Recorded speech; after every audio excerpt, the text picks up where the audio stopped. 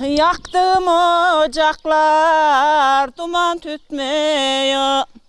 Dönsem bile sılam kabul etmiyor.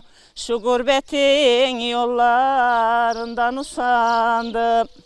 Nazlı yarın dillerinden usandım. Sonu bu. Vallahi öyle bir şey ki bunlar. Dur kaçma dur şimdi. Hepsi ayrı bir derya. Şimdi ben bir de teyzeye şöyle bir gideyim bakayım. Tanıyalım mı sizi?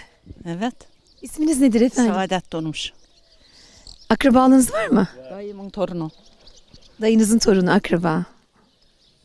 Şimdi o son şeyi kubleyi aldık da ben senden bir tane Tanbı Türk istiyor.